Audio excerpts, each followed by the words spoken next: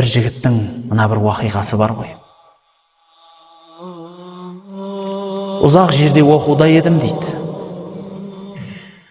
Анам ғана хат таниды, әкем онша хат танымайды. Хатты анам ғана жазатын үйдің хабарын айтып. Сол кісінің хатын оқып тұрамын, үйдің жағдайын біліп тұрамын. Бір күндер хат саябырсып үзілді дейді. Оқуда жүрмін.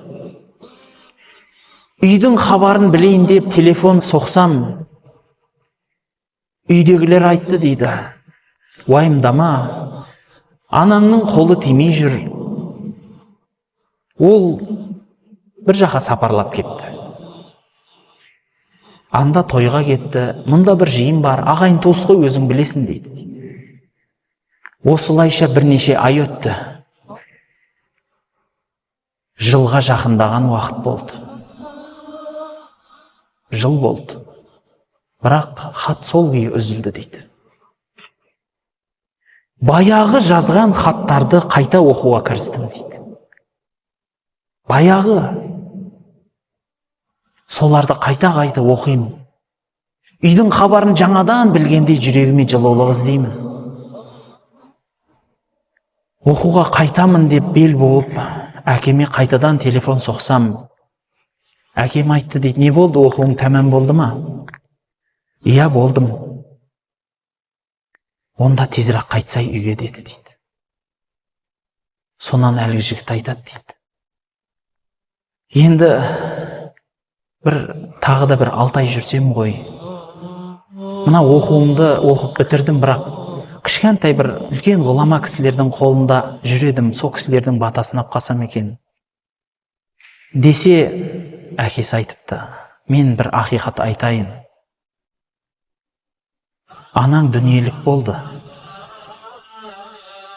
Бірақ сен оқуың үзіліп қалмасын деп бізге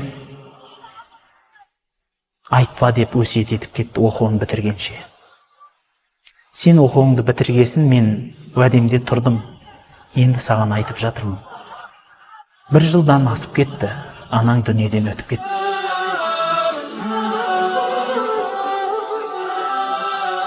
Содан үйге қарай жиналдым. Күнім қара түн болды, түнім ұйқысыз болды.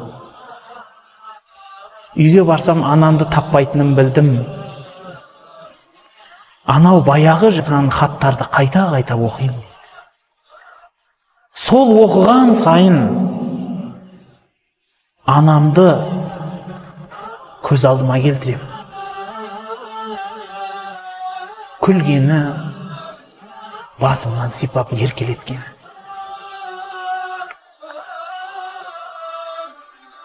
Жанымда отырып құптаған сөздері, айтқан ақылдары. Құлағымда жаңғырып кетпей қойды дейді. Сол хаттарды алсам болды дейді. Сондай бір дүние астан кестен болады. Махаббат, е? Баланың анаға деген махаббат. Сол жігіт айтады. Расында да бүкіл әлемнің сұлуын жинап қойса да, сол анамның күлкісіне татымайды ғой дейді.